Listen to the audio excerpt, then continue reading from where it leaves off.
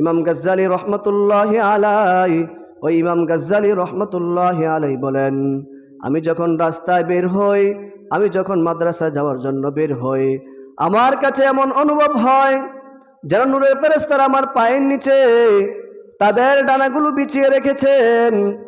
আমার এমন অনুভব হয়, বাগদাদে নিজামিয়াতে যখন আমি পড়ালেখা করতাম, আমার সাথে আরো অনেক তালেবে ইলম পড়তো, কিন্তু অন্যান্য তালেবে ইলম আমার আগে মাদ্রাসায় উপস্থিত হয়ে যেত এবং সামনের সারিতে বসতো। আমি সব সময় নিয়ত করতাম যে আমি সর্বপ্রথম যে মাদ্রাসায় যে প্রথম সারিতে বসবো, কিন্তু আমার দ্বারাতে কোনোদিনই সম্ভব হয় না। আমি সব সময় পিছনে গিয়ে বসি। তার উস্তাদ তাকে বলতেছেন, ও ছাত্র, তুমি কেন প্রতিদিন পিছনে বসো? তুমি তো পড়ালেখায় অনেক ভালো, তুমি প্রতিদিন সবার আগে আসবে এবং সবার সামনে বসবে। তখন ওই ছাত্র হুজুরের সাথে ওয়াদা করলো যে ঠিক আছে হুজুর, আমি আগামীকাল সবার আগে আসব এবং আগে আগে বসার চেষ্টা করব। কিন্তু ওই দিনও সে আসতে পারেনি। উস্তাদ যখন জিজ্ঞেস করলো, ও ছাত্র, আমি তো তোমাকে বললাম তুমি আগে আগে আসো এবং প্রথম সারিতে বসো, সবার আগে বসো, তুমি কেন বসতে পারো না? তুমি কেন প্রতিদিন ক্লাসে সবার শেষে আসো এবং শেষ বেঞ্চে বসো?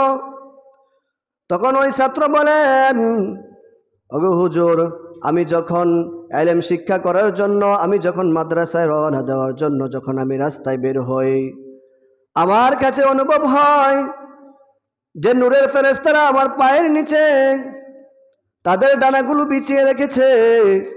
এই জন্য আমার এরকম অনুভব হয়, এই জন্য আমি সবার শেষে আসতে হয়। আমি রাস্তা দিয়ে আস্তে আস্তে তাদের সাথে যেন বেয়াদবি না হয়, এই জন্য আমি আস্তে আস্তে আসতে হয়, যেন তাদের সাথে বেয়াদবি না হয়। এই জন্য আমি আস্তে আস্তে আসি, এজন্য সবার শেষে বসি। তিনি আর কেউ নয়, তিনি হলেন ইমাম গাজ্জালি রহমতুল্লাহি আলাই।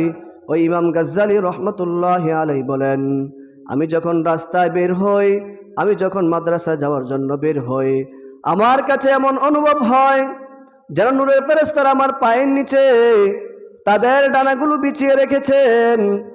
আমার এমন অনুভব হয়, এই জন্য তাদের সাথে যেন বেয়াদবি না হয়, আমি এমন ভাবে আমি হেঁটে হেঁটে আসি। আজ যদি আমাদের দেশে, আমাদের গ্রামে, আমাদের পরিবারে, আমাদের ছেলেমেয়েরা যদি, কোনো ছেলে মেয়ে যদি MA pass, SSC pass, BA pass অথবা ইঞ্জিনিয়ার, ডক্টর হয়, আমরা যতটুকু খুশি হই ততটুকু খুশি অন্যদের বলা হই না। আমাদের ছেলেদের মধ্যে যদি এক ছেলে ডক্টর হয় আর অন্য ছেলে যদি আলেম হয়, আমি ওই ডক্টর ছেলেকে বেশি ভালোবাসি, আলেমকে বেশি ভালোবাসি না। হায় আফসোস, আর যে এই দুনিয়ার মধ্যে আলেমদের কত মেহনতি হয়, আলেমদেরকে সম্মান করা হয় না। আজ যদি জানতো আলেমদেরকে সম্মান করা কতটুকু, আলেমদেরকে সম্মান করলে কি হবে যদি জানতো, তাহলে মানুষ আলেমের পিছনে পিছনে ঘুরতো।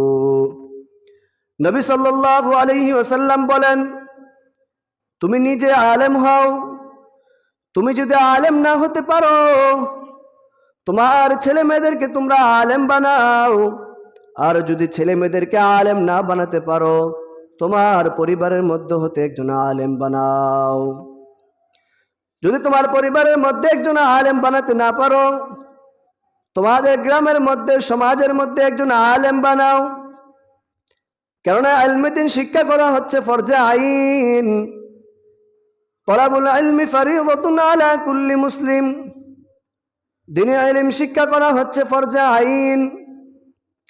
এজন্য এ ফরজে আইন শিখার জন্য কমপক্ষে এলাকার মধ্যে, গ্রামের মধ্যে একজন আলেম হতে হবে, একজন আলেম বানাতে হবে। আর যদি সমাজের মধ্যে যদি একজন আলেম না থাকে, ওই সমাজ কোনোদিনও আলোর পথ দেখবে না।